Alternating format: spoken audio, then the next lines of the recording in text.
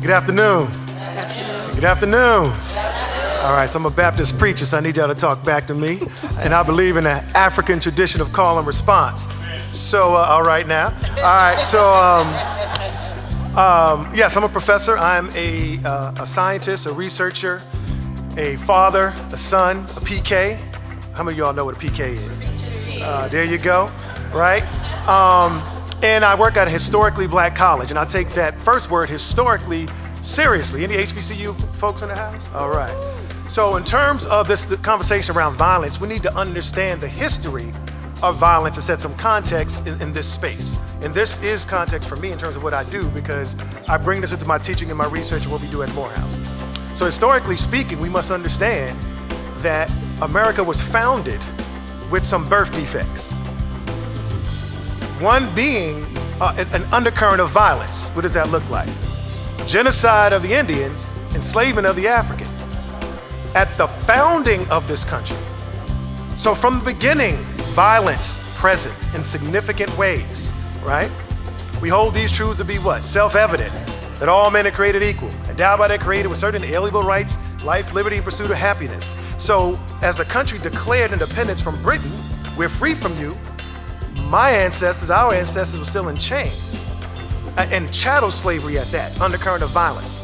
The origins of the police in the South, right? The first function, the primary function was these posses that were slave retrievers, night watchmen, slave patrols. So the masters would hire groups of white males to go find their escaped property. It was theft, right? By almost self-theft, which sounds crazy. I'm running away as a slave, so I'm stealing away. You hear that term, steal away? Because you're property, but nobody took you. You stole yourself away. So these posses, who later became the police, brought the property back. So we have to understand contextually, this violence thing is not an African-American minority male, none of that. It's an American thing. We can look internationally as well. So the historical piece I want to drop in there, Black College. So at Morehouse, our alums include Spike Lee and Maynard Jackson and Julian Bond, Samuel L. Jackson and John Eves, Fulton County Commissioner, Caesar Mitchell, right? Morehouse grads, and of course our most beloved son, that of Martin Luther King Jr., who believed in nonviolence. So what we try to do at Morehouse over, hopefully for most of our students, a 4-year period, is some may be on the 5-year plan, you know, but is to instill in them this notion of leadership and service, right? Because if you are a leader, if you engage, our mission is to develop men with disciplined minds who live lives of leadership and service. So discipline, what is that? Doing what you should do when you don't feel like doing it. It's self-control, self-regulation.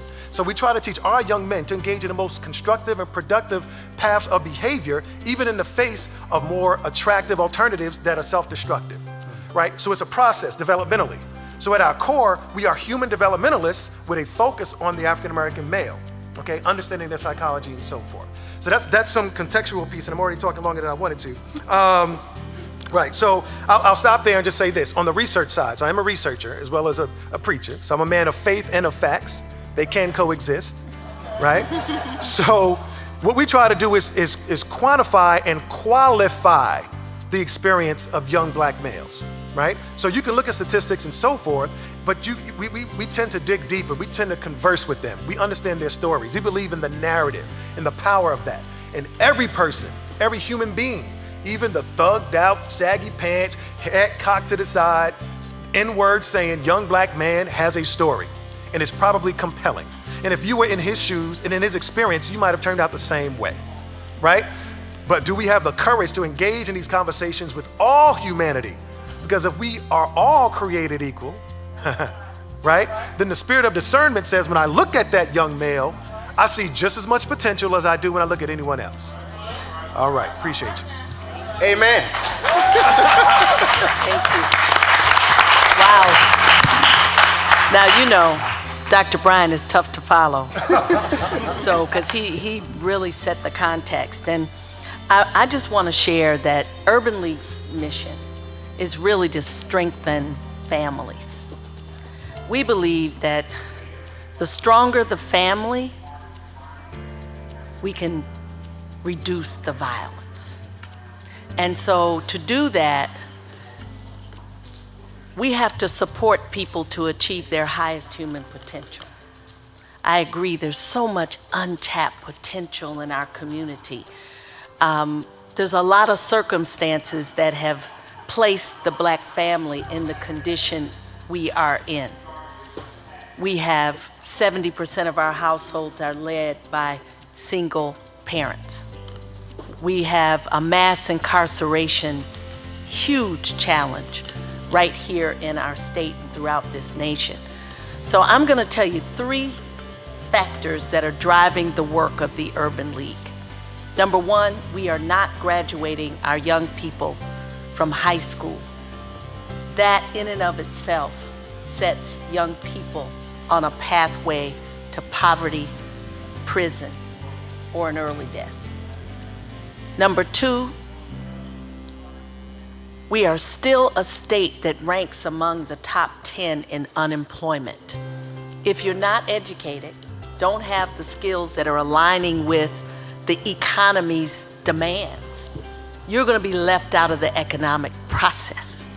And there's nothing more fundamental to a human being, an adult, and a youth or a family is having the ability to earn a sustainable living that will cover our needs and allow us to thrive. We don't want people to just survive. We want our people to have the ability to thrive.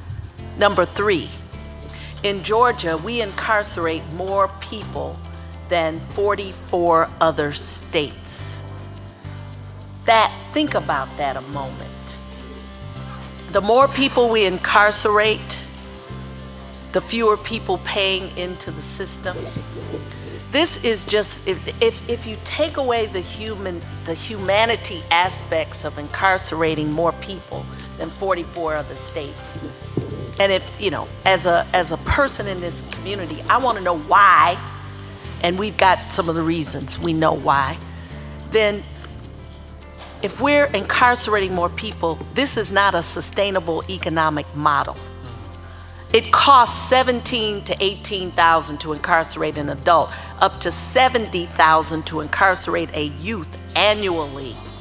Imagine if we instead invest in our citizens to be the best they can be so they can secure and meet the demands of the marketplace.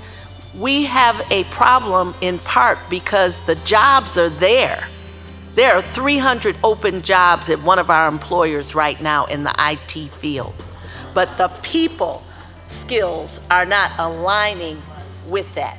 So our job at the Urban League is to engage anyone who wants to move up that ladder, retool their skills, plug them in based on their passion and purpose to plug in at an economic level. And I'm gonna use this as an opportunity as part of our collaboration to transition after the introduction to our partner, my dear friend and colleague and warrior in this space, Dr. Thomas at the Atlanta Technical College, because that's where all the possibilities exist. But we have to have people ready for college. And Urban League works to take youth and adults and get them ready.